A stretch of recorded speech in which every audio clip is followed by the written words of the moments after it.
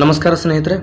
ನೋಡಿ, ಬಹಳ ದಿನಗಳಿಂದ ನಾವೆಲ್ಲರೂ ನಿರೀಕ್ಷೆಯನ್ನು ಇಟ್ಕೊಂಡು ಕುಂತಿದ್ವಿ. ಅದು ಪ್ರೌಢಶಾಲಾ ಶಿಕ್ಷಕರ ನೇಮಕಾತಿ. ಇದರ ಜೊತೆಗೆ ಪ್ರಾಥಮಿಕ ಶಾಲಾ ಶಿಕ್ಷಕರು ಹಾಗೆ ಪದವೀಧರ ಪ್ರಾಥಮಿಕ ಶಾಲಾ ಶಿಕ್ಷಕರು ಅಂದರೆ PST ಮತ್ತು GPT ಜೊತೆಗೆ ಈಗ HSTR ಕೂಡ ನೋಟಿಫಿಕೇಶನ್ ಆಗುತ್ತೆ. ಎಷ್ಟೆಷ್ಟು ಹುದ್ದೆಗಳು ಅಂತಕ್ಕಂಥ ಒಂದಷ್ಟು ಮಾಹಿತಿಯನ್ನು ನಾನು ನಿನ್ನೆ ರಾತ್ರಿನೇ ಟೆಲಿಗ್ರಾಮ್ ಹಾಗೂ ವಾಟ್ಸಪ್ ಗ್ರೂಪ್ಗಳಲ್ಲಿ ನಾನು ಶೇರ್ ಮಾಡ್ಕೊಂಡಿದ್ದೇನೆ. ನೋಡಿರಿ, ಪ್ರೌಢಶಾಲಾ ಶಿಕ್ಷಕರ ನೇಮಕಾತಿ ಪರೀಕ್ಷೆ ವಿಧಾನದಲ್ಲಿ ಭಾರಿ ಬದಲಾವಣೆ ಆಗಿದೆ ಮತ್ತು ಅದು 400 ಅಂಕಗಳಿಗೆ ಅಂತಕ್ಕಂಥ ಮಾಹಿತಿ ಈಗ ಅಧಿಕೃತವಾಗಿ ಸಿಕ್ಕಿರ್ತಕ್ಕಂಥದ್ದು. ಸೊ ಆ ಕಾರಣದಿಂದಾಗಿ ನಾವು ಅದೆಲ್ಲದರ ಬಗ್ಗೆ ಚರ್ಚೆ ಮಾಡೋಣ. ಜೊತೆಗೆ ಈ ಒಂದು ಪರೀಕ್ಷಾ ವಿಧಾನ ಮತ್ತು ಇದೆಲ್ಲವನ್ನು ಕೂಡ ನಾನು ನಿಮ್ಗೆ ತಿಳಿಸ್ಕೊಡ್ತೀನಿ. ಅಂದರೆ OMR ಎಷ್ಟಿರುತ್ತೆ, ಡಿಸ್ಕ್ರಿಪ್ಟಿವ್ ಎಷ್ಟಿರುತ್ತೆ, ಹೇಗೆ ಬರಿಬೇಕು, ಅದೆಲ್ಲನೂ ಕೂಡ ನಾವು ಚರ್ಚೆಯನ್ನು ಮಾಡೋಣ. ಅದಕ್ಕೂ ಮುಂಚೆ ನೀವೇನಾದರೂ ನಮ್ಮ ಯೂಟ್ಯೂಬ್ ಚಾನಲನ್ನು ಸಬ್ಸ್ಕ್ರೈಬ್ ಮಾಡ್ಕೊಂಡಿಲ್ಲ ಅಂದರೆ ದಯವಿಟ್ಟು ಸಬ್ಸ್ಕ್ರೈಬ್ ಮಾಡ್ಕೊಳ್ಳಿ. ಸ್ನೇಹಿತರೆ, ತಾವಿಲ್ಲಿ ನೋಡ್ಬೋದು ಪ್ರೌಢಶಾಲಾ ಸಹಶಿಕ್ಷಕರು ಅಂತೇಳಿ ಇರ್ತಕ್ಕಂಥದ್ದು. ನೋಡಿ, ಒಟ್ಟಾರೆಯಾಗಿ ಏನು ಮಾಡಿದ್ದಾರೆ ಅಂದರೆ 2022ರಲ್ಲಿ ಏನು GPSTR ನೇಮಕಾತಿ ನಡೆದಿತ್ತು, ಅಂದರೆ ಪದವೀಧರ ಪ್ರಾಥಮಿಕ ಶಾಲಾ ಶಿಕ್ಷಕರ ನೇಮಕಾತಿ ಏನು ನಡೆದಿತ್ತು, ಆ ಒಂದು ಪರೀಕ್ಷಾ ಮಾದರಿಯಲ್ಲಿ ಈ ಬಾರಿ ಹೈಸ್ಕೂಲ್ ಶಿಕ್ಷಕರ ನೇಮಕಾತಿ ಪರೀಕ್ಷಾ ವಿಧಾನವನ್ನು ಕೂಡ ಬದಲಾವಣೆ ಮಾಡಿರ್ತಕ್ಕಂಥದ್ದು. ಹಾಗಾದರೆ ಒಟ್ಟಾರೆ ಎಷ್ಟು ಪತ್ರಿಕೆಗಳಿದೆ ಅಂತಂದರೆ ಒಟ್ಟು 3 ಪತ್ರಿಕೆಗಳಿದ್ದಾವೆ. ಅಂದರೆ ಪತ್ರಿಕೆ 1, ಪತ್ರಿಕೆ 2 ಹಾಗೂ ಪತ್ರಿಕೆ 3 ಅಂತೇಳಿ 3 ಪತ್ರಿಕೆಗಳನ್ನು ಮಾಡಿದರೆ, ಹಾಗಾದರೆ ಅದರಲ್ಲಿ ಮೊದಲ ಪತ್ರಿಕೆ ಸಾಮಾನ್ಯ ಪತ್ರಿಕೆ. ಇಲ್ಲಿ ನೋಡಿ, ಇದು 150 ಪ್ರಶ್ನೆಗಳಿಗೆ. ನೋಡಿ, 2015ರಲ್ಲಿ HSTR ಎಕ್ಸಾಮ್ ನಡೆದಿತ್ತು, ತಮಗೂ ಕೂಡ ಗೊತ್ತಿದೆ. ಆ ಒಂದು ಪರೀಕ್ಷೆಯಲ್ಲಿ ಒಂದು GK ಪೇಪರ್, ಒಂದು ನಿಮ್ಮ ಆಪ್ಷನಲ್ ಸಬ್ಜೆಕ್ಟ್ ಯಾವುದಿರುತ್ತೆ ಆ ಸಬ್ಜೆಕ್ಟ್ ಪೇಪರ್ ಇರುತ್ತೆ. ಅಂದರೆ ಪತ್ರಿಕೆ 1 ಮತ್ತು ಪತ್ರಿಕೆ 2 ಅಷ್ಟೇ ಇದು. ಆಗ 100 ಅಂಕಗಳಿಗೆ, ಅಂದರೆ 100 ಪ್ರಶ್ನೆ 100 ಅಂಕ. ಪೇಪರ್ 1 ಕೂಡ 100 ಅಂಕ, ಪೇಪರ್ 2 ಕೂಡ 100 ಅಂಕ, ಒಟ್ಟಾರೆ 200 ಅಂಕಗಳಿಗೆ ಆಗ ಎಕ್ಸಾಮ್ ನಡೆದಿತ್ತು. ಆದರೆ ಈ ಬಾರಿ ಏನಾಗಿದೆ ಅಂದರೆ 400 ಅಂಕಗಳಿಗೆ ಎಕ್ಸಾಮ್ ಆಗಿದೆ, ಅಂದರೆ ಡಬಲ್ ಆಗಿದೆ.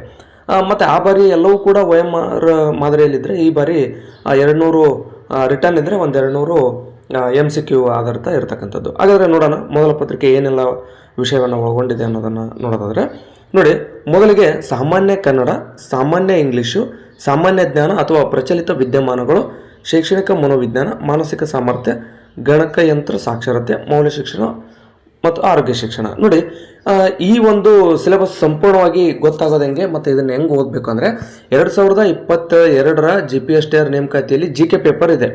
ಆ GK paper old question paper ಕೂಡ ಸಿಗುತ್ತೆ. ಜೊತೆಗೆ ಆ GK ಪೇಪರ್ನ ಸಿಲೆಬಸ್ ಕೂಡ ಸಿಗುತ್ತೆ. ಅದೇ ಸಿಲೆಬಸ್ನ ನೀವು ಒಂದು ಸಾರಿ ಪೂರ್ಣವಾಗಿ ಡೌನ್ಲೋಡ್ ಮಾಡ್ಕೊಳ್ರಿ. ಇಲ್ಲಾಂದರೆ ನೀವು ಟೆಲಿಗ್ರಾಮ್ಗೆ ಜಾಯ್ನ್ ಆಗಿರಿ. ನಾನು ಆ ಟೆಲಿಗ್ರಾಮ್ನಲ್ಲಿ 2022ರ GPSTR ಸಿಲೆಬಸ್ ಹಾಕಿರ್ತೀನಿ. ಯಾಕೆ ನಾನು GPSTRದು 2022ರದ್ದು ಹೇಳ್ತಾ ಇದ್ದೀನಿ ಅಂದರೆ ಎಲ್ಲವೂ ಕೂಡ ಇದೇ ಸಿಲೆಬಸ್ ಇದೆ. ಅಂದರೆ ನಾನು ಹೇಳುವಂಥದ್ದು ಏನಂದರೆ ಕನ್ನಡದಲ್ಲಿ ಏನೇನು ಓದಬೇಕು ಅನ್ನೋದು ಗೊತ್ತಾಗಬೇಕಲ್ವಾ. ನಾನು ಜಸ್ಟ್ ಇಲ್ಲಿ ಏನು ಹೇಳಿದೆ ನಿಮಗೆ, ಸಾಮಾನ್ಯ ಕನ್ನಡ ಓದ್ರಿ, ಸಾಮಾನ್ಯ ಇಂಗ್ಲೀಷ್ ಓದ್ರಿ, ಸಾಮಾನ್ಯ ಜ್ಞಾನ ಓದ್ರಿ, ಶೈಕ್ಷಣಿಕ ಮನೋವಿಜ್ಞಾನ ಓದ್ರಿ, ಈ ರೀತಿಯಾಗಿ ಹೇಳ್ಕೊಟ್ಟೆ. ಬಟ್ ಈ ರೀತಿ ಹೇಳೋದ್ರಿಂದ ಸಾಮಾನ್ಯ ಕನ್ನಡ, ಸಾಮಾನ್ಯ ಇಂಗ್ಲೀಷ್ ಅಂದರೆ ಸಾಕಷ್ಟಾಗುತ್ತೆ, ಎಲ್ಲವನ್ನು ಕೂಡ ಓದ್ಕೊಂತ ಕುಂದ್ರಕ್ಕಾಗಲ್ಲ. ಅವ್ರು ಏನು ಮಾಡಿದ್ದಾರೆ ಅಂದರೆ 2022ರಲ್ಲಿ ಇಂತಿಂಥ ವಿಚಾರಗಳನ್ನೇ ಓದಬೇಕು, ಇಂಥ ವಿಷಯಗಳನ್ನೇ ಓದಬೇಕು ಅನ್ನೋಂಥ ನಿರ್ದಿಷ್ಟವಾಗಿ ಸಿಲೆಬಸ್ ಬಿಟ್ಟಿದ್ದಾರೆ. ಆ ಕಾರಣಕ್ಕೋಸ್ಕರ ನೀವು 2022ರ GK ಸಿಲೆಬಸ್ ಏನಿದೆ ಅದನ್ನು ನೋಡ್ಕೊಳ್ರಿ. ನೀವು ಟೆಲಿಗ್ರಾಮ್ನ ಜಾಯ್ನ್ ಆಗಿಲ್ಲ ಅಂತಂದರೆ ಈ ಒಂದು ವಿಡಿಯೋದ ಡಿಸ್ಕ್ರಿಪ್ಷನಲ್ಲಿ ಮತ್ತು ಕಾಮೆಂಟ್ ಬಾಕ್ಸ್ನಲ್ಲಿ ಕೂಡ ಟೆಲಿಗ್ರಾಮ್ನ ಲಿಂಕ್ ಇರುತ್ತೆ, ಜಾಯ್ನ್ ಆಗಿರಿ. ಅಲ್ಲಿ ಜಾಯ್ನ್ ಆಗೋದ್ರ ಮೂಲಕ ಸಿಲೆಬಸ್ಸು ಮತ್ತು ಈ ಥರ ಮಾಹಿತಿಯನ್ನು ತಾವು ಪಡ್ಕೊಳ್ಬೋದು. ಈಗ ನೋಡಿ, ಇದೆಲ್ಲವೂ ಕೂಡ 150 ಅಂಕಗಳಿಗೆ ಇರ್ತಕ್ಕಂಥದ್ದು. ಇಷ್ಟು ದಿನ GK ಹೈಸ್ಕೂಲ್ಗೆ 100 ಅಂಕದ ಮಾತ್ರ ಇತ್ತು, ಈಗ 150 ಅಂಕಗಳು. ಅದು ಎಲ್ಲವೂ ಕೂಡ OMR ಆಧಾರಿತ, OMR ಮಾದರಿಯಲ್ಲಿ ಇರುತ್ತೆ. ಅಂದರೆ MCQ ಪ್ರಶ್ನೆಗಳೇ ಇರ್ತವೆ. ಇಲ್ಲಿ ನೀವು OMR ಇರುತ್ತೆ, ಹೋಗೋದು 150 ಪ್ರಶ್ನೆಗಳಿರ್ತವೆ. 150ಕ್ಕೆ ನಿಮಗೆ ಎಷ್ಟು ಸಾಧ್ಯ ಆಗುತ್ತೆ, ಎಷ್ಟು ಸಾಧ್ಯ ಆಗುತ್ತಲ್ಲ, ಯಾಕಂದರೆ ಇಲ್ಲಿ ನೆಗೆಟಿವ್ ಇಲ್ಲ ಅನಿಸುತ್ತೆ ಇದು. ಹಾಗಾಗಿ 150ಕ್ಕೆ 150 ಕೂಡ ನೀವು ಗುಂಡು ಹೊಡೆದು ಬರಲೇಬೇಕು. ಗುಂಡು ಹೊಡೆದು ಬರೋದಂದ್ರೆ ಮತ್ತೆ ಅಂಥದ್ದಲ್ಲಪ್ಪ ಸಾರಿ, ನೀವು ಅದೆಲ್ಲವನ್ನು ಕೂಡ ನೀವು ಶೇರ್ ಮಾಡಿ ಬರಬೇಕಾಗುತ್ತೆ. ನೆಕ್ಸ್ಟ್ ಪತ್ರಿಕೆ 2 ವಿಷಯ ನಿರ್ದಿಷ್ಟ ಪತ್ರಿಕೆ ಅಂತ ಇದೆ. ಯಾವ ವಿಷಯ ಅಂತಂದರೆ ನಿಮ್ಮ ಆಪ್ಷನಲ್ ಸಬ್ಜೆಕ್ಟ್ಗಳು. ನೀವು ನೋಡಿ, ಆ ಆಪ್ಷನಲ್ ಸಬ್ಜೆಕ್ಟ್ಗೆ ನೀವು ಸಮಾಜ ವಿಜ್ಞಾನ ಶಿಕ್ಷಕರಾಗಬೇಕು ಅಥವಾ ವಿಜ್ಞಾನ ಶಿಕ್ಷಕರಾಗಬೇಕು, ನಂತರ ಇಂಗ್ಲೀಷ್ ಭಾಷಾ ಶಿಕ್ಷಕರಾಗಬೇಕು. ಹೀಗೆ ನಿಮ್ಮ ವಿಷಯದಲ್ಲಿ 50 ಅಂಕಗಳದ್ದು ಅಬ್ಜೆಕ್ಟಿವ್ ಟೈಪ್ ಕ್ವಶನ್ಸ್ ಇರ್ತವೆ. OMR ಇರುತ್ತೆ, ನೀವು 50 ಕ್ವಶನ್ಗಳಿಗೆ ಆನ್ಸರ್ಗಳನ್ನು ಶೇರ್ ಮಾಡಿ ಬರಬೇಕಾಗುತ್ತೆ. ಇನ್ನು ವಿವರಣಾತ್ಮಕ ಮಾದರಿ 100 ಅಂಕಗಳಿಗೆ ವಿವರಣಾತ್ಮಕ ಮಾದರಿ ಇರುತ್ತೆ. ಇದನ್ನು ಕೂಡ ಸಾಧ್ಯ ಆದರೆ, ಯಾಕಂದರೆ ಪ್ರೌಢಶಾಲಾ ಶಿಕ್ಷಕರದ್ದು ವಿವರಣಾತ್ಮಕ ಇದೇ ಮೊದಲ ಬಾರಿಗೆ ಇರೋದರಿಂದ ನೀವು ಈ ಹಿಂದಿನ ಪದವೀಧರ ಪ್ರಾಥಮಿಕ ಶಾಲಾ ಶಿಕ್ಷಕರ ನೇಮಕಾತಿ ಏನು ನಡೆದತ್ತಲ್ಲ ಅದರ ಒಂದು ಡಿಸ್ಕ್ರಿಪ್ಟಿವ್ ಅಂದರೆ ವಿವರಣಾತ್ಮಕ ಮಾದರಿಯ ಪ್ರಶ್ನೆಗಳು ಏನಿದ್ದಾವೆ ಅಥವಾ ಪ್ರಶ್ನೆ ಪತ್ರಿಕೆಗಳು ಏನಿದ್ದಾವೆ ಆ ಪ್ರಶ್ನೆ ಪತ್ರಿಕೆಗಳನ್ನು ಕಲೆಕ್ಟ್ ಮಾಡಿಕೊಡ್ರಿ. ಕಲೆಕ್ಟ್ ಮಾಡಿಕೊಂಡು ತದನಂತರ ನೀವು ಅದರಲ್ಲಿರ್ತಕ್ಕಂಥ ಕ್ವಶನ್ಗಳಿಗೆ ನೀವು ಆನ್ಸರ್ ಮಾಡ್ತಾ ಹೋಗಿ. ಇದು ನಿಮ್ಗೆ ಎರಡಕ್ಕೂ ಅನುಕೂಲ ಆಗುತ್ತೆ. ಯಾವುದು, ಒಂದು HSTRಗೂ ಅನುಕೂಲ ಆಗುತ್ತೆ, ಇನ್ನೊಂದು GPT ಕೂಡ ಇದೆ ಅಲ್ವಾ ಇದರಲ್ಲಿ. ಆ ಕಾರಣದಿಂದಾಗಿ GPSTRಗೂ ಅನುಕೂಲ ಆಗುತ್ತೆ ಮತ್ತು HSTRಗೂ ಕೂಡ ಅನುಕೂಲ ಆಗುತ್ತೆ. ನೀವು ಹಾಗಾದರೆ ಈ ಒಂದು ವಿವರಣಾತ್ಮಕ ಮಾದರಿಗೆ ಹೆಂಗೆ ಉತ್ತರಿಸಬೇಕು ಅನ್ನೋದನ್ನು ಪ್ರಾಕ್ಟೀಸ್ ಮಾಡಬೇಕು ಅಂದರೆ ಎಲ್ಲೆಲ್ಲೋ ಏನೇನೋ ಹುಡುಕೋದಲ್ಲ. ನೀವು ಈ ಹಿಂದೆ ನಡೆದಿರ್ತಕ್ಕಂಥ 2016 19 ಹಾಗೆ 2022 GPSTR ಓಲ್ಡ್ ಕ್ವಶನ್ ಪೇಪರ್ಗಳನ್ನು ನೀವು ತೊಗೊಂಡ್ಬಿಟ್ರಿ ಅಂತಂದರೆ ಅಲ್ಲಿ ಪ್ರಶ್ನೆಗಳಿರ್ತವೆ, ಆನ್ಸರ್ ಮಾಡ್ತಾ ಹೋಗಿ. ಒಂದು ವೇಳೆ ನಿಮ್ಗೆ ಗೊತ್ತಾಗಿಲ್ಲ ಅಂತಂದರೆ ನಿಮ್ಮ ಹತ್ತಿರದಲ್ಲಿ ಯಾರು GPSTR ನೇಮಕಾತಿಯನ್ನು ಹೊಂದಿರ್ತಾರೆ ಅಂಥವ್ರನ್ನ ಕೇಳ್ರಿ ಯಾವ ರೀತಿ ಇದನ್ನು ಬರಿಬೇಕು ಅಂತೇಳಿ. ಯಾಕಂದರೆ ಬೇರೆ ಏನಾದರೂ ಕೇಳಬೇಕಂದ್ರೆ ಮುಜುಗರ ಆಗ್ಬೋದು, ಆದರೆ ಓದೋ ವಿಚಾರದಲ್ಲಿ ಯಾವತ್ತೂ ಮುಜುಗರವನ್ನು ಪಡ್ಕೋಬಾರ್ದು. ಯಾಕಂದರೆ ಯಾರೂ ಎಲ್ಲವನ್ನೂ ಬಲ್ಲವರು ಇರೋದಿಲ್ಲ. ನಿಮ್ಮ ಜೂನಿಯರ್ ಆಗಿರಲಿ ನಿಮ್ಮ ಸೀನಿಯರ್ ಆಗಿರಲಿ ಹೆಂಗೆ ಬರಿಬೇಕಂತ ಅವ್ರನ್ನ ಕೇಳ್ರಿ. ಯಾಕಂದರೆ ಕೆಲವೊಮ್ಮೆ ಏನಾಗಿರ್ತಂದ್ರೆ ನಿಮ್ಗೇನೋ ಜೂನಿಯರ್ ಇರ್ತಾರೆ, ಅವರೇ ಜಾಬ್ ಮಾಡ್ತಿರ್ತಾರೆ GPT ಆಗಿ, ಅಂದರೆ ಏನೋ ಒಂದು ಶ್ರಮ ಹಾಕಿರ್ತಾರೆ, ಓದ್ಕೊಂಡಿರ್ತಾರೆ, ನಿಮ್ಮದೇನೋ ಅಚಾನಕ್ಕಾಗಿ ಮಿಸ್ ಆಗಿರ್ತವೆ. ಅವ್ರ ಹತ್ರ ಹೆಂಗೆ ಕೇಳಬೇಕಂತೇಳಿ ಮುಜುಗರ ಏನು ಬೇಡ. ಏಕೆಂದರೆ ನಮಗೆ ಬೇಕಾಗಿರ್ತಕ್ಕಂಥದ್ದು ಹುದ್ದೆ, ಆ ಹುದ್ದೆಯನ್ನು ಪಡ್ಕೊಳ್ಳೋದಕ್ಕೆ ನಮಗೆ ಒಂದು ಸರಿಯಾದ ಮಾರ್ಗದರ್ಶನ ಬೇಕು. ನಿಮ್ಮ ಹತ್ತಿರದಲ್ಲಿರ್ತಕ್ಕಂಥವ್ರ ಜೊತೆ ನೀವು ಕೇಳಿ. ಇಲ್ಲಾಂದರೆ ಯಾರ ಹತ್ರನೂ ಕೇಳೋಕ್ಕೆ ಮುಜುಗರ ಆಗುತ್ತೆ ಅನ್ನೋದಾದರೆ ನೀವು ಯಾರ ಹತ್ರನೂ ಕೇಳಕ್ಕೆ ಹೋಗ್ಬೇಡಿ. ಯಾವ ರೀತಿ ಬರಿಬೇಕು ಅನ್ನೋದನ್ನು ಬೇಕಾದರೆ ನಾನೇ ಬರೋದು ಅದನ್ನು ಟೆಲಿಗ್ರಾಮ್ನಲ್ಲಿ ನಾನು ಅಪ್ಲೋಡ್ ಮಾಡ್ತಾ ಹೋಗ್ತೀನಿ. ನೋಡಿ, ಭಾಷಾ ಶಿಕ್ಷಕರು ಅದು ಕನ್ನಡ. ನೋಡಿ, ಕನ್ನಡ ಭಾಷಾ ಶಿಕ್ಷಕರದ್ದು ಹೆಂಗಿದೆ ಅಂದರೆ ವಸ್ತುನಿಷ್ಠ ಮಾದರಿ 50 ಪ್ರಶ್ನೆಗಳು ಬರ್ತವೆ. OMR ಶೀಟ್ ಇರುತ್ತೆ. ಆ OMR ಶೀಟ್ನಲ್ಲಿ ನೀವು ಉತ್ತರವನ್ನು ನೀಡಿ ಬರಬೇಕು. ಮತ್ತು ಕನ್ನಡಕ್ಕೆ ಸಂಬಂಧಪಟ್ಟಂತೆ ವಿವರಣಾತ್ಮಕ 100 ಅಂಕಗಳಿರ್ತವೆ. ಹಾಗೆಯೇ ಇಂಗ್ಲೀಷ್ ಕೂಡ 50 OMR 100 ವಿವರಣಾತ್ಮಕ. CBZದವರಿಗೆ ನೋಡಿ 50 ಏನಪ್ಪ ಅಂದರೆ OMR ಇನ್ನು 100 ವಿವರಣಾತ್ಮಕವಾಗಿ ಇರತಕ್ಕಂಥದ್ದು. ಹಾಗೆಯೇ ಕಲಾ ಶಿಕ್ಷಕರದ್ದು ಅಂದರೆ ಸಮಾಜ ವಿಜ್ಞಾನ ಶಿಕ್ಷಕರಾಗಬೇಕಾಗಿತ್ತು ಅಂದರೆ ಅದಕ್ಕೂ ಕೂಡ 50 OMR ಮತ್ತು ಇನ್ನು 100 ಇಲ್ಲದೆ ನೋಡಿ ಇನ್ನು 100 ಅಂಕಗಳಿಗೆ ವಿವರಣಾತ್ಮಕವಾಗಿ ಉತ್ತರಿಸಬೇಕಾಗಿರುತ್ತೆ. ಇನ್ನು ಉಳಿದಿರ್ತಕ್ಕಂಥ ಪತ್ರಿಕೆ ನೋಡಿ, ನಿಮಗೆ ಎರಡೂ ಕೂಡ ಕನ್ಫರ್ಮ್ ಆಗಿದೆ ಅಂತ ಅಂದ್ಕೊಂಡಿದ್ದೀನಿ. ಒಂದು GK ಪೇಪರು 150 ಅಂಕದ್ದು, ಇನ್ನೊಂದು ಸ್ಪೆಸಿಫಿಕ್ ಸಬ್ಜೆಕ್ಟು ನಿಮ್ಮ ಸಬ್ಜೆಕ್ಟು ಅದು ಕೂಡ 150. ಹಾಗೆ ಈಗ ಇರ್ತಕ್ಕಂಥದ್ದು ಭಾಷಾ ಪ್ರಾವೀಣ್ಯತೆ ಅಂತೇಳಿ 100 ಅಂಕದ್ದು. ಇಲ್ಲಿ ನೋಡಿ GPTದು ಏನಿತ್ತಂದರೆ 100ಕ್ಕೆ 100 ಕನ್ನಡ ಇತ್ತು. ಈ ಕನ್ನಡ ಪೇಪರ್ ಅಂದರೆ ಭಾಷಾ ಪ್ರಾವೀಣ್ಯತೆ ಪೇಪರು 100 ಮಾರ್ಕ್ಸಿಗೂ ಕೂಡ ಇತ್ತು. ಆದರೆ ಇಲ್ಲಿ ಏನಾಗಿದೆ ಅಂತಂದರೆ ಭಾಷಾ ಪ್ರಾವೀಣ್ಯತೆ ಪರೀಕ್ಷೆ ವಿವರಣಾತ್ಮಕ ಮಾದರಿ ಇರುತ್ತೆ. ಆಗಲೂ ಕೂಡ ವಿವರಣಾತ್ಮಕ ಮಾದರಿನೇ ಇತ್ತು, OMR ಏನಿರಲಿಲ್ಲ. ಇಲ್ಲಿ ಸ್ವಲ್ಪ ಬದಲಾವಣೆ ಆಗಿರ್ತಕ್ಕಂಥದ್ದು ಏನಂದರೆ ನೋಡಿ, 100 ಅಂಕಗಳ ಒಂದು ಪರೀಕ್ಷೆ ಅವಾಗೂ ಕೂಡ 100 ಅಂಕದ್ದೇ.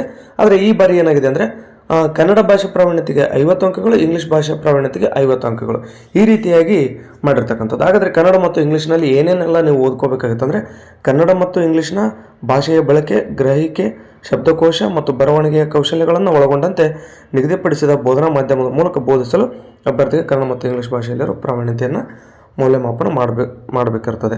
ಇಲ್ಲಿ ಒಂದು ವಿಚಾರ ಏನಂತಂದರೆ, ನಾವು ಸಮಾಜ ವಿಜ್ಞಾನವನ್ನು ಕನ್ನಡ ಮಾಧ್ಯಮದಲ್ಲಿ ಬೋಧನೆ ಮಾಡ್ತೀವಿ ಹೈಸ್ಕೂಲ್ನಲ್ಲಿ ಅಂದಮೇಲೆ ಈ ಇಂಗ್ಲೀಷ್ ಯಾಕೆ ಬಂತು ಗೊತ್ತಾಗಲಿಲ್ಲ. ಇರಲಿ ಬಿಡ್ರಿ, ಯಾಕಂದರೆ ಯಾಕೆ ಮಾಡಬೇಕಂತಲ್ಲ, ಮಾಡಿರ್ತಕ್ಕಂಥದ್ದು ಒಳ್ಳೆಯದು. ಯಾಕಂದರೆ ಇಂಗ್ಲೀಷ್ ಭಾಷೆಯ ಒಂದು ಭಾಷಾ ಜ್ಞಾನ ಇದ್ದರೆ ತುಂಬ ಒಳ್ಳೆಯದು. ಯಾಕಂದರೆ ಸ್ಪರ್ಧಾತ್ಮಕ ಪರೀಕ್ಷೆಗಳು ಇನ್ನೂ ಟಫ್ ಆಗ್ತವೆ ಮತ್ತು ಮಕ್ಕಳು ಕೂಡ ಅಷ್ಟೇ ಈಗ ಚುರುಕಿದ್ದಾವೆ. ಮತ್ತು KPS ಶಾಲೆ ಆಯಿತು ಅಂದರೆ ಈಗ 1ನೇ ತರಗತಿಯಿಂದ 12th ಅಂದರೆ 2nd PUC ಒಂದೇ ಕ್ಯಾಂಪಸ್ನಲ್ಲಿ ಶಾಲೆಗಳು ಆಗ್ತವೆ. ಅಲ್ಲಿ ಕನ್ನಡ ಮೀಡಿಯಮ್ ಇರುತ್ತೆ, ಇಂಗ್ಲೀಷ್ ಮೀಡಿಯಮ್ ಇರುತ್ತೆ. ಸೊ ಇಂಥ ಸಂದರ್ಭದಲ್ಲಿ ಇಂಗ್ಲೀಷ್ ಅವಶ್ಯಕತೆ ಇತ್ತು, ಮಾಡಿರ್ತಕ್ಕಂಥದ್ದು ಕೂಡ ಒಳ್ಳೆಯದು. ಇಂಗ್ಲೀಷ್ ಹೋದರೆ ಏನು ಟಫ್ ಆದರೂ ಪರವಾಗಿಲ್ಲ, ಎಲ್ಲರಿಗೂ ಕೂಡ ಟಫ್ ಆಗ್ತಕ್ಕಂಥದ್ದೇ. ನೋಡಿ, ಇನ್ನೊಂದು ಏನಪ್ಪ ಅಂದರೆ ಇದಿಷ್ಟು ನಿಮ್ಗೆ ಗೊತ್ತಿರಲಿ. ಇಷ್ಟೊತ್ತನ್ನು ನಾವು ಏನು ಚರ್ಚೆ ಮಾಡಿದ್ವಿ ಅದೆಲ್ಲವೂ ಕೂಡ ಹೈಸ್ಕೂಲ್ ಶಿಕ್ಷಕರ ನೇಮಕಾತಿಗೆ ಸಂಬಂಧಪಟ್ಟಂತೆ, ಅಂದರೆ ಕನ್ನಡ ಟೀಚರ್ ಆಗಲಿ, ಇಂಗ್ಲೀಷ್ ಆಗಲಿ, CBZ ಆಗಲಿ ಮತ್ತು ಸಮಾಜ ವಿಜ್ಞಾನ ಶಿಕ್ಷಕರಾಗೋದಕ್ಕೆ ನೀವು ಒಟ್ಟು 400 ಅಂಕಗಳಿಗೆ ಎಕ್ಸಾಮನ್ನು ಬರೀಲೇಬೇಕು. ಅದು ನಿಮಗೆ ಕನ್ಫರ್ಮ್. ಮತ್ತು ಇದೆಲ್ಲವೂ ಕೂಡ ಹೊಸ ಸಿಲೆಬಸ್ ಆಗಿರೋದ್ರಿಂದ ಸಿಲೆಬಸ್ ಸಮಾಜ ವಿಜ್ಞಾನ, ಕನ್ನಡ, ಇಂಗ್ಲೀಷ್ ಅದೇನು ಹೊಸದಲ್ಲ. ಆದರೆ ಬರೆಯೋ ಒಂದು ಮೆಥಡ್ ಇದೆ, ಅದು ಹೊಸದಾಯಿತು. ಯಾಕಂದರೆ ಇಷ್ಟು ದಿನ OMR ಇತ್ತು, ಈಗ ಅದು ವಿವರಣಾತ್ಮಕವಾಗಿ ಉತ್ತರಿಸಬೇಕಾಯ್ತು. ಅದೆಲ್ಲವನ್ನು ನೀವು ಕಲಿಬೇಕು, ಪ್ರಾಕ್ಟೀಸ್ ಮಾಡಬೇಕಾಗಿತ್ತು. ಅಂದರೆ ಆಗಲೇ ನಾನು ಹೇಳಿದೆ, ಪದೇ ಹೇಳೋದು ಬೇಡ. 2016, 19, 2022 ಒಂದು ಕ್ವಶನ್ ಪೇಪರ್ಗಳನ್ನು ತೊಗೊಂಡು ಬಿಡಿಸ್ತಾ ಹೋಗಿ. ನೆಕ್ಸ್ಟ್ ನೋಡಿ, ಅದೇ ಪ್ರೌಢಶಾಲಾ ಶಿಕ್ಷಕರ ನೇಮಕಾತಿಯಲ್ಲಿ ದೈಹಿಕ ಶಿಕ್ಷಣ ಶಿಕ್ಷಕರು ಗ್ರೇಡ್ 1 ಕೂಡ ನೇಮಕಾತಿ ಆಗುತ್ತೆ. ಅಲ್ಲಿಯೂ ಕೂಡ ಸೇಮ್ ವಸ್ತುನಿಷ್ಠ ಮಾದರಿಯ 150 ಅಂಕಗಳದ್ದಿರುತ್ತೆ. ಆಗಲೇ ಹೇಳಿದ್ನಲ್ಲ, ಅದೇ ಮತ್ತೆ ನಾನು ಪುನಃ ರಿಪೀಟ್ ಮಾಡೋದು ಬೇಡ. ಆನಂತರ ವಸ್ತುನಿಷ್ಠ ಮಾದರಿಯ 50 ಅಂಕಗಳು ಮತ್ತು ವಿವರಣಾತ್ಮಕ ಮಾದರಿಯ 100 ಅಂಕಗಳು. ಸಬ್ಜೆಕ್ಟ್ ಯಾವುದಂದರೆ ನಿರ್ದಿಷ್ಟ ಪತ್ರಿಕೆ, ಅಂದರೆ ನಿಮ್ಮದು ಅಂದರೆ ದೈಹಿಕ ಶಿಕ್ಷಣ, ವಿಷಯ ಜ್ಞಾನ, ದೈಹಿಕ ಶಿಕ್ಷಣ, ವಸ್ತುನಿಷ್ಠ ಮಾದರಿ 50 ಅಂಕಗಳು ಬಂದಿರ್ತವೆ. ಅಂದರೆ ನೀವು ದೈಹಿಕ ಶಿಕ್ಷಣಕ್ಕೆ ಸಂಬಂಧಪಟ್ಟಂತೆ 50 ಅಂಕಗಳನ್ನು ನೀವು OMRನಲ್ಲಿ ಉತ್ತರಿಸಿದರೆ, ದೈಹಿಕ ಶಿಕ್ಷಣ ವಿಷಯಕ್ಕೆ ಸಂಬಂಧಪಟ್ಟಂತೆ 100 ಅಂಕಗಳಿಗೆ ವಿವರಣಾತ್ಮಕವಾಗಿ ಉತ್ತರಿಸಬೇಕಾಗಿರುತ್ತೆ. ಇದರ ಜೊತೆಗೆ ನೀವು ಕೂಡ ಸೇಮ್ ಕನ್ನಡ ಮತ್ತು ಇಂಗ್ಲೀಷ್ ಎರಡನ್ನೂ ಕೂಡ ಓದಬೇಕಾಗುತ್ತೆ. ಇದನ್ನು ನೀವು ತಿಳ್ಕೊಡ್ರಿ. ಇನ್ನೊಂದು ಪ್ರಮುಖವಾದಂಥ ಮಾಹಿತಿಯನ್ನು ಅವರು ಕೊಟ್ಟಿದ್ದಾರೆ. ಏನಂದರೆ, ಪರೀಕ್ಷಾ ಪ್ರಾಧಿಕಾರವು ಪರೀಕ್ಷೆಗೆ ಕನಿಷ್ಠ 45 ದಿನಗಳ ಮೊದಲು ತನ್ನ ಅಧಿಕೃತ ವೆಬ್ಸೈಟ್ನಲ್ಲಿ ಪಠ್ಯಕ್ರಮವನ್ನು ಪ್ರಕಟಿಸಬೇಕು. ಅಂದರೆ ಇವತ್ತೇ ಅವ್ರು ಪ್ರಕಟಿಸಿದ್ರು ಅಂದರೆ ನಿಮಗೆ 45 ದಿನ ಟೈಮ್ ಸಿಗುತ್ತೆ ಅಂತ ಅರ್ಥ. ಅಂದರೆ ಇವತ್ತು ನೋಟಿಫಿಕೇಶನ್ ಆಗುತ್ತೆ ಅಂತಲ್ಲ, ಇವತ್ತು C&R ರೂಲು ಅಂದರೆ ನಿನ್ನೆ ಬಂದಿರತಕ್ಕಂಥದ್ದು, ನಿನ್ನೆ ನಮಗೆ ಸಿಕ್ಕಿದೆ. ಬಟ್ 14ನೇ ತಾರೀಕಿಗೆ ನೋಡಿಲ್ಲ, ಅಂದರೆ ನಿನ್ನೆ ಓಕೆ ಬಂದಿರತಕ್ಕಂಥದ್ದು. ಹಾಗಾಗಿ ಇನ್ನೂ ಏನೇನೆಲ್ಲ ವಿಚಾರಗಳಾಗಬೇಕು. ಮತ್ತು ಈಗ ನೋಡಿರಿ, ಇಷ್ಟೆಲ್ಲ ಹುದ್ದೆಗಳಿದ್ದಾವೆ. 15,000 ಹುದ್ದೆಗಳನ್ನು ಮೀಸಲಾತಿ ಪ್ರಕಾರ ವರ್ಗೀಕರಣ ಮಾಡಿ, ಆ ಎಲ್ಲ ವರ್ಗೀಕರಣ ನಂತರ ವಿಭಾಗವಾರ ಹಂಚಿಕೆ ಮಾಡಿ ಅವೆಲ್ಲವನ್ನು ಕೂಡ ನೋಟಿಫಿಕೇಷನ್ ಮಾಡಬೇಕಾಗುತ್ತೆ. ಅಂದರೆ ಹೆಚ್ಚು ಕಡಿಮೆ ನೋಟಿಫಿಕೇಷನ್ ಮಾಡೋಕ್ಕೆ 15-20 ದಿನ ಟೈಮ್ ಹಿಡಿಬೋದು ಅನ್ನೋಂಥದ್ದು ನನ್ನ ಅಭಿಪ್ರಾಯ. ಅಂದರೆ ಹೆಚ್ಚು ಕಡಿಮೆ 1 ತಿಂಗಳೇ ಆಗುತ್ತೆ. ತದನಂತರ ಅವತ್ತೇ ನೋಟಿಫಿಕೇಷನ್ ಆದ್ರೂ ಕೂಡ ನಿಮ್ಗೆ 2 ತಿಂಗಳ ಓದೋದಕ್ಕೆ ಅವಕಾಶ ಸಿಗುತ್ತೆ. ಅಂದರೆ HSTRಗೆ ನಿಮಗೆ ಈಗ ಇರತಕ್ಕಂಥ ಸಮಯಾವಕಾಶ ನನ್ನ ಪ್ರಕಾರ, ನನ್ನ ವೈಯಕ್ತಿಕ ಅಭಿಪ್ರಾಯದ ಪ್ರಕಾರ 90 ದಿನಗಳ ನಿಮಗೆ ಅವಕಾಶ ಸಿಗುತ್ತೆ. ಅಂದರೆ ಹೆಚ್ಚು ಕಡಿಮೆ 100 ದಿನನೇ ಅಂದ್ಕೊಂಡ್ಬಿಟ್ರೆ 100 ದಿನ ನಿಮಗೆ ಅವಕಾಶ ಸಿಗುತ್ತೆ. ಯಾಕೆಂದರೆ ನೋಡಿ,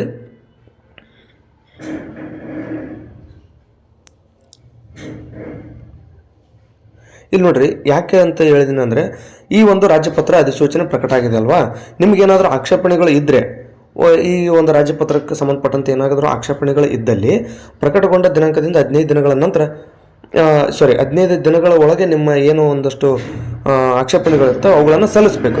15 ದಿನಗಳ ನಂತರ ಬಂದಂಥ ಈ ಆಕ್ಷೇಪಣೆಗಳನ್ನು ಪರಿಗಣನೆಗೆ ತೆಗೆದುಕೊಳ್ಳಲಾಗುವುದು. ಒಂದು ನಿಮಿಷ, ಸ್ವಲ್ಪ ನಾನು ಗೊಂದಲ ಮಾಡಿ ಓಕೆ ನೋಡಿ.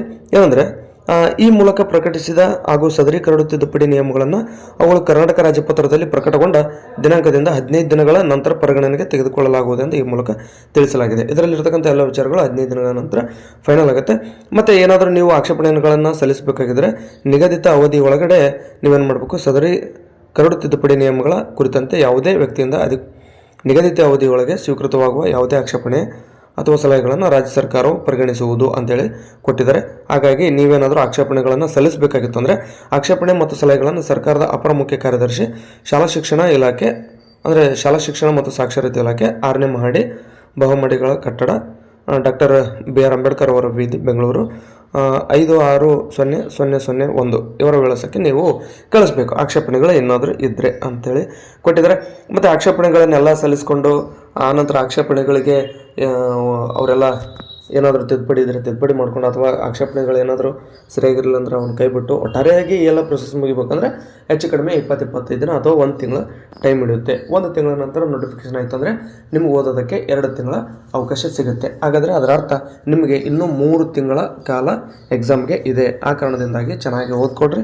3 ತಿಂಗಳು ಅಂದರೆ ಹೆಚ್ಚು ಕಡಿಮೆ 90 ದಿನ, 90 ದಿನದಿಂದ 100 ದಿನಗಳವರೆಗೆ ನಿಮಗೆ ಓದೋದಕ್ಕೆ ಅವಕಾಶ ಇದೆ ಅಂತ ಹೇಳುವಂಥ ಮಾಹಿತಿಯನ್ನು ನಿಮಗೆ ತಿಳಿಸ್ತಾ, ನಿಮಗೇನಾದರೂ ಡೌಟ್ಸ್ ಇದ್ದರೆ ಕಮೆಂಟ್ ಬಾಕ್ಸ್ ಓಪನ್ ಇದ್ದೇ ಇರುತ್ತೆ. ನೀವು ಯಾವುದೇ ಪ್ರಶ್ನೆ ಏನಾದರೂ ಕೇಳ್ರಿ ಶೈಕ್ಷಣಿಕ ವಿಚಾರಕ್ಕೆ ಸಂಬಂಧಪಟ್ಟಂತೆ, ಅವುಗಳಿಗೆ ಉತ್ತರಿಸಿ ನಿಮ್ಮ ಒಂದಷ್ಟು ಗೊಂದಲಗಳನ್ನು ಬಗೆಹರಿಸ್ತೀನಿ ಅಂತ ಹೇಳ್ತಾ ಈ ಒಂದು ವಿಡಿಯೋನ ಇಲ್ಲಿ ಮುಗಿಸ್ತಾ ಇದ್ದೀನಿ. ದಯವಿಟ್ಟು ನಮ್ಮ ಯೂಟ್ಯೂಬ್ ಚಾನಲನ್ನು ಸಬ್ಸ್ಕ್ರೈಬ್ ಮಾಡ್ಕೊಳ್ಳಿ.